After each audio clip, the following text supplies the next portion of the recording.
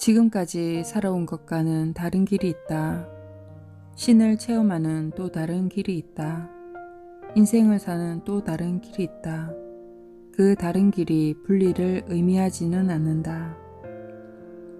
그 다름이 갈등을 빚어내야 하는 건 아니다. 믿음의 차이가 삶에서 폭력을 불러오는 것만은 아니다. 또 다른 길이 있다.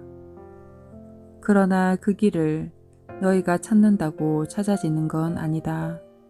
그 길을 창조함으로써만이 그 길을 찾을 수 있다.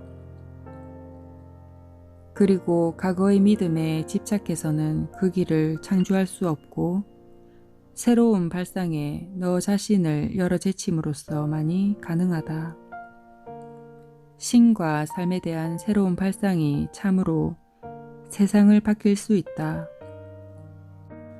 나는 새 영성에 대하여도 이야기할 것이다. 새 영성은 인류가 서로 상대방이 잘못되었다고 매도하지 않고 서로 죽이지 않으면서 신성을 추구하고 체험하려는 자연적 욕구를 표현할 수 있도록 해준다. 나는 인간 사회의 체험과 제도 중 종교, 정치, 경제, 사업, 교육, 인간관계 그리고 성에 있어서 이 새 영성이 어떻게 영향을 미칠지를 묘사할 것이다. 내일의 신은 미래에 너희가 믿을 신을 말한다. 그 신은 새로운 신이라기보다 지금의 신에 대한 새로운 이해를 의미한다. 확장된 개념이요 심화된 자각이 따라야 한다. 새로운 신이라고 할 때 그것은 새로운 버전의 신이라는 뜻이다. 더 큰 버전의 신이다. 과거에 늘 존재했고 지금도 존재하고 있고 앞으로도 영원히 존재할 신과 같지만 지금 너희가 이해하는 신이 아니라는 뜻이다. 너희의 이해는 불완전했다. 나는 지금 신과 삶이 무엇인지에 대해 너희의 자각을 확장하고 더욱 완전히 이해하는 데 너희를 초대한다. 나는 내일의 신을 창조하는 데 너희를 초대한다. 인류의 선택에 따라 근본적 변화가 매우 빨리 일어날 수 있다. 너희가 살아있는 동안에도 가능하다. 30년 안에도 가능하다. 일단 첫 번째 도미노만 넘어지면 그보다 더욱 빠를 것이다. 단지 임계질량의 문제일 뿐이다. 임계질량에 대해 사람들은 과반수라고도 이야기하지만 그렇지 않다. 25%나 10%, 5%라고 하는 이야기도 맞지 않다. 임계질량은 전체의 2 내지 4%가 영향을 받을 때 도달된다. 비등점에 이른 물의 표면을 보라. 표면의 반이 끓을 때가 아니라 그 전에 비등점에 도달하게 된다. 임계질량의 영향은 기하급수적이다. 몇 개의 방울이 표면에 나타나는가 하더니 갑자기 물 전체가 들끓게 되지 않는가. 인류의 일부가 변화를 선택하게 되는 계기는 둘 중에 하나이다. 더 큰 증오나 더 큰 희망이다. 분노와 폭력 그리고 살생으로 얼룩진 전세계적 재앙이나 또 다른 방식으로 생성되는 전세계적 각성이다. 또 다른 길, 또 다른 방식은 분명히 있다. 테러가 아니라 평화와 기쁨, 사랑을 확산시키는 전세계적 운동이 있을 수 있다. 전 세계의 사람들이 지역사회에서 일이 돌아가는 방식을 바꾸도록 하는 대대적 민초운동이 있을 수 있다. 지금 테러리스트 조직이 있는 것과 마찬가지로 영성운동팀이 세계적으로 있을 수 있다. 그러기 위한 첫 번째 단계는 생각의 단계이다. 인류의 미래는 인류의 생각이 무엇이냐에 달려있다. 인류가 신과 삶에 대해 어떻게 생각하느냐에 달려있다. 너희 생각으로부터 너희 현실이 드러난다. 너희 발상으로부터 너희 미래가 나타난다. 그래서 너희 믿음이 너희 행동을 창조하고 너희 행동이 너희 체험을 창조하는 것이다. 결국 너희의 믿음이 가장 중요한 것이다. 너희 외부 세계에서 너희 믿음을 창조하는 것은 바로 사람이다. 사람이 바로 내부적 영적 사건을 창조할 수 있다. 많은 사람들이 벌써 그렇게 하였다.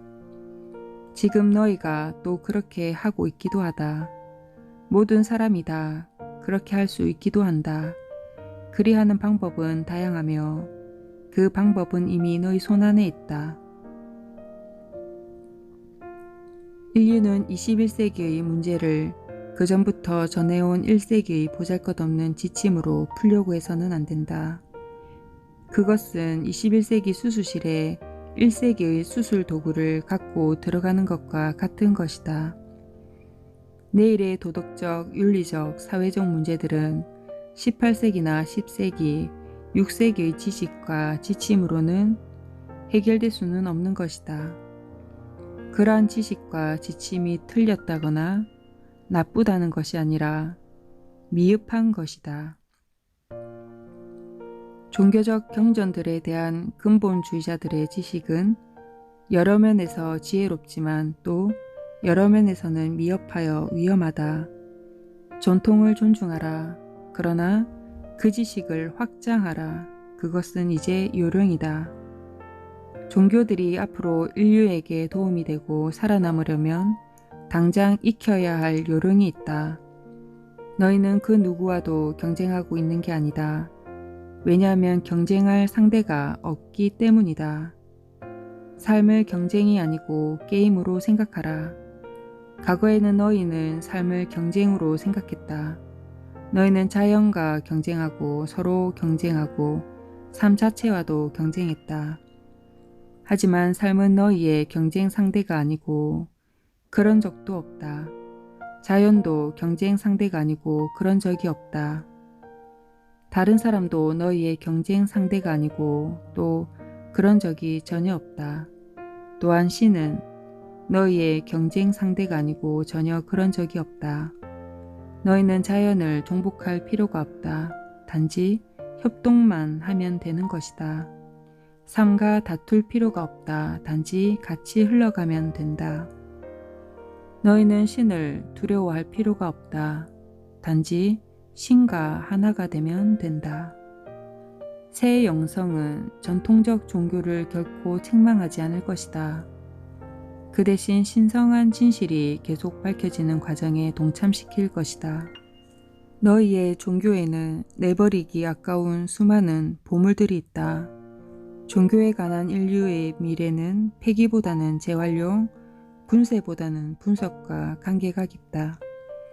인류가 우선적으로 해야 할 일은 무엇이 말이 되고 안 되는지 살피고 무엇이 도움이 되고 안 되는지, 무엇이 작동이 되고 안 되는지 종교를 분석하고 정밀히 관찰하며 하나하나 탐구하고 교리를 점검하는 것이다.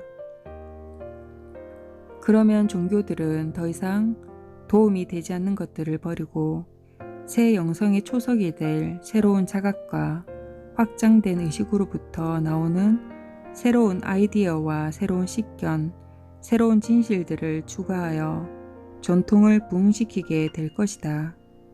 그럼으로써 종교는 그 어느 때보다도 더 융성하게 될 것이다.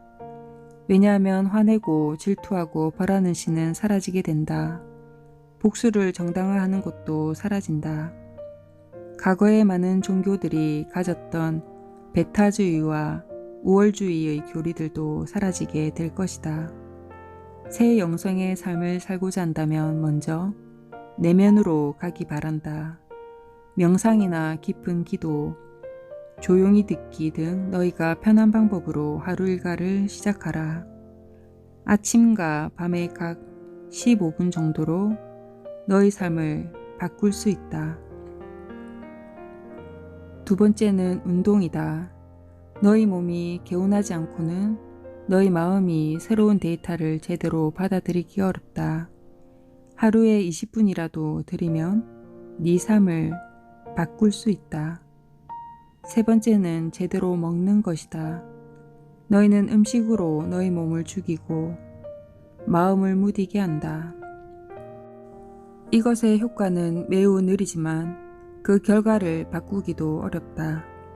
서구 사람들의 3분의 2가 설탕과 녹말, 동물성 지방 등 소화시키기 어려운 것들을 먹고는 비만이다. 그러고선 주어진 수명보다 훨씬 빨리 죽고 있다.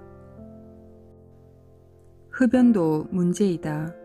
너희 폐가 바로 독소를 흡수하는 형태로 음식 중에 가장 나쁜 것이라고 할 수 있다. 네 번째는 규칙적으로 너희 영혼의 양식인 영감을 찾는 것이다. 모든 삶의 신성함을 인식할 수 있는 방법을 찾아라. 어떤 방법이든 너희에게 맞는 방법이면 된다. 영감을 찾는 데 교회나 절, 사원 등에 가는 것이 도움이 되면 그렇게 하라. 그러나 거기서 무작정 따라하지는 마라.